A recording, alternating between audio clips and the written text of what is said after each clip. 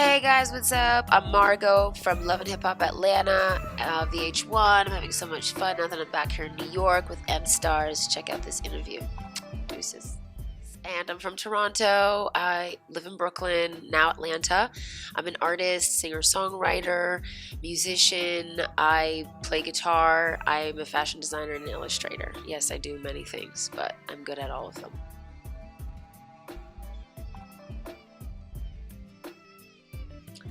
Well, I decided to do the show because people were starting to define me for me.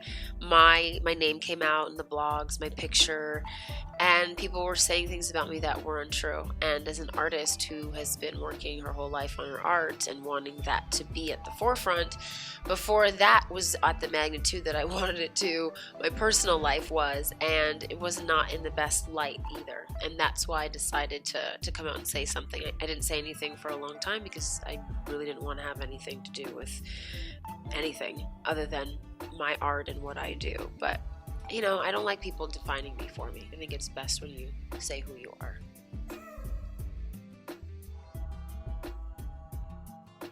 Well, House of Margo, HOFM, is like my brand. It really started out as merchandising for the music, and it was just a way for me to be able to wear what I wanted to wear on stage and create my own stuff. I studied fashion design, and after I did an internship at Betsy Johnson, I went back and dropped out of school my third year and just really decided I'm going to just focus on my music.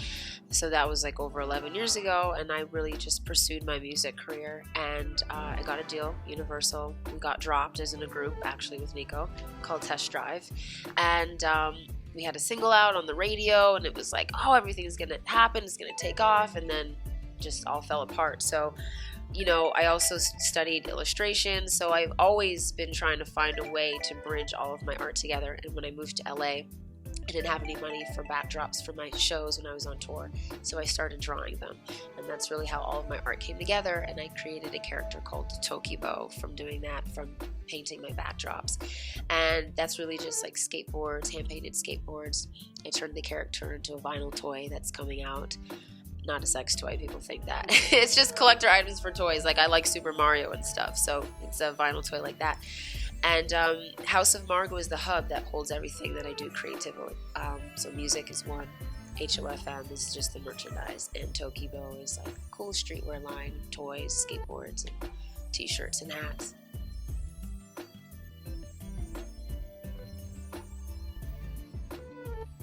Well, we met when I first moved to New York, probably like 3 months after I moved here, at a record release party. I came to New York because I had a small record deal, and I was a young writer. I thought it was so dope when I wasn't, and I was like, I'm gonna get a record deal in a year. And I ended up working. I was working with this like a bunch of different producers, but Niko was one of the guys that my friend introduced me to him, so he ended up coming in to work on my project as a producer, and we started to work together ever since then.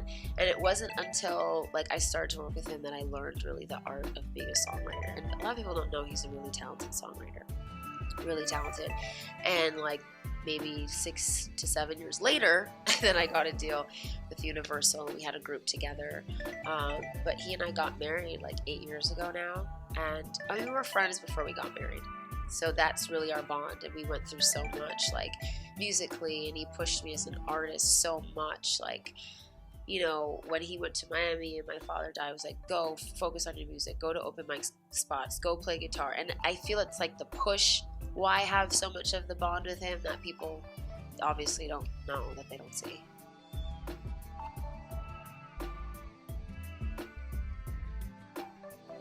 Well, I live 2 floors down.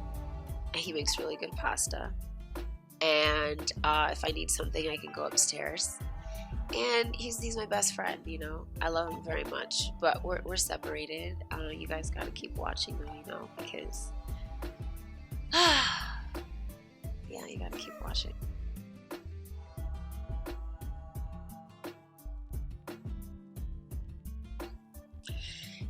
Yeah, I mean, it was hard because we were so focused on the art and the music.